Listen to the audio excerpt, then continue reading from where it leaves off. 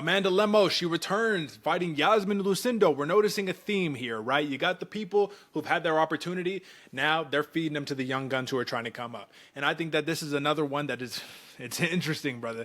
Look at the open, plus 125 dog, Amanda Lemos, and you're looking at the minus 150 favorite in Iasmin Lucindo. Now that has changed since the open.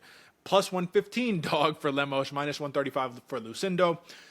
AJ, all the same questions that we just asked in the last matchup, right? What has Lucindo particularly done to prove herself to be this large of a favorite against somebody who, one, we know has rare knockout power in this division, and number two, unless you could take her down and hold her down, you have to deal with that knockout power. So Lucindo hasn't, I mean, she's got 3 career submissions, I think one of them in the UFC, hasn't leaned on too much grappling. We really see her do most of her work in the trading, and we've seen even a Iasmin Jauregui, right, in that fight where she just she outboxed her without, other words to say right here.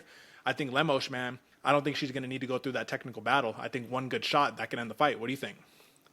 Oh, absolutely, Derek. She's one of the few fighters, Amanda Lemos, that's able to have that knockout power we've seen.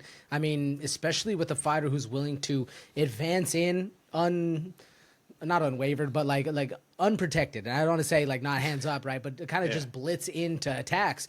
Amanda Lemos has beautiful counters and beautiful timing. That's where things got to really start to get worried. But I do agree with you. I think the best work that Iasmin Lucindo gets done is in those exchanges. And if Lucindo is close enough, has the right spacing, Amanda Lemos, she doesn't have all the pop on her shots. It's a little too close in. Then she's able to get grappled up, get taken to the ground, and then that's where we see where Amanda Lemos has struggled with the elite grapplers. Now it's just time for Lucindo to prove if she is an elite grappler. It's interesting, though, man. Yeah, you get submitted by Jen Jadova, but you beat Mackenzie Dern. But then you lose very dominantly to Wei Li, the champion, but we know what she's capable of. And then, yeah, she was able to actually get the victory, though, over Michelle Waterson-Gomez, right? Another person who late in her career turned a little bit more to the wrestling.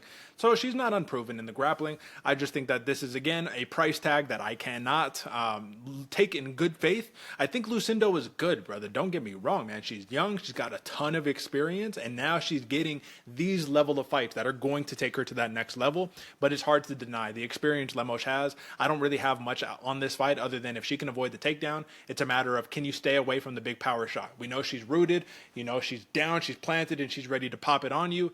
Lucindo gets hit. She just weathers the storm and she pushes forward. So I bet dog or I bet pass. Simple as that. I don't have any other take on this. What do you got for us? Simple as that, Derek. When I was betting on this one, I was looking at this one, I thought Lucindo was going to be the underdog going forward, and that's what I thought, right? So going in, I was expecting Lucindo to want to work forward, want to be crashing in. Well, Lemos has that plain stance. He looks to drop some bombs. I'm going to bet the wrestler on this one, or at least the grappling prowess of Iasmin Lucindo. Kind of cut and dry. We got a striker versus a grappler right here. Whoever is able to get in their bag first gets the dub.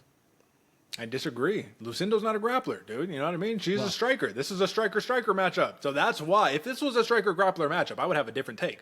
But given that she leans so much on the striking, I'm just you gotta be a better striker than Lemos for me to give you that pass. But last one, this is where we could provide real value here. Interesting number. I just thought the number was interesting. Over 2.5 rounds, minus 300. Fight to go the distance, minus 240. What do you think? I saw that earlier, Derek, when I was looking at it. The minus 240 for the decision makes all the sense in the world here. Only 2.5 more minutes. Yeah, a finish can happen, but if it doesn't happen early, I don't think it's going to happen at all. So if you're looking for that, you're looking for those kind of numbers, the decision's definitely the way to go. And I'm just going to say, folks, my interpretation of this is that the odds makers think that a finish is happening. There's no way you put that line up. That doesn't make any sense. Over 2.5.